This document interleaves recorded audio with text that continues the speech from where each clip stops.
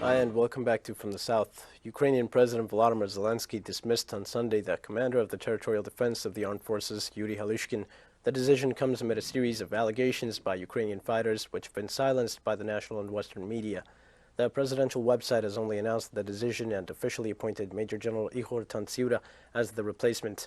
Over the past week, several Ukrainian troops have told Russian media or posted on various social networks allegations about lack of supplies to the troops, neglect, poor manning, and corruption. The Ukrainian president did not make any reference to this dismissal either when presenting his usual speech on the 81st day of the conflict, and only limited himself to mentioning that this week will see a great deal of international activity.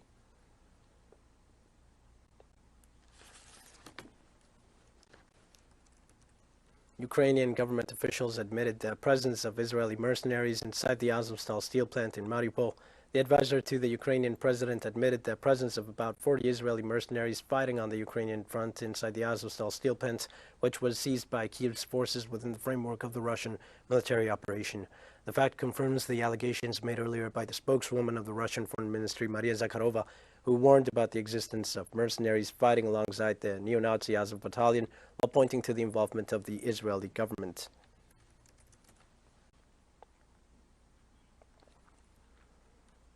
And the United Nations organization warned on Monday that the extension of the conflict in Ukraine will have devastating consequences for the population.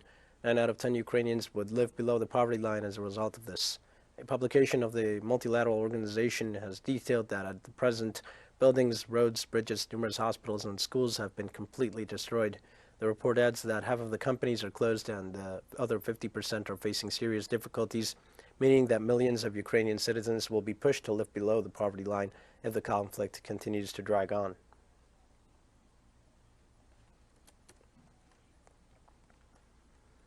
And we're going now to the Donbass, where a Telesur team visited a detention and torture center of the Ukrainian Nationalist Battalion Aidar in a recently recovered area in the Luhansk People's Republic.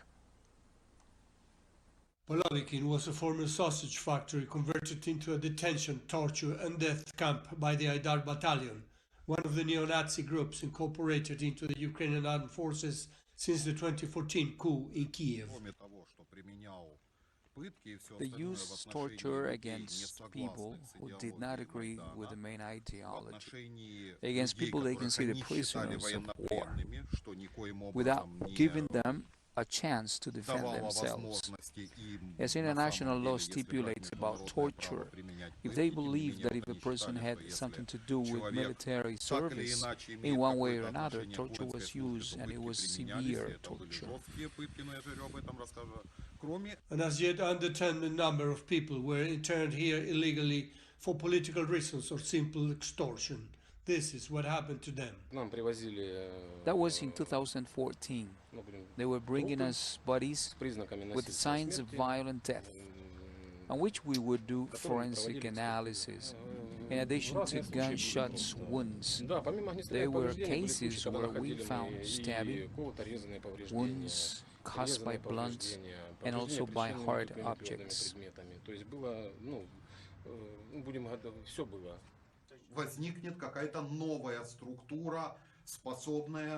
There will emerge perhaps a new structure that to deter such crimes on a global scale, because we see, or what we see at the moment, is what we could call a crisis of international criminal law.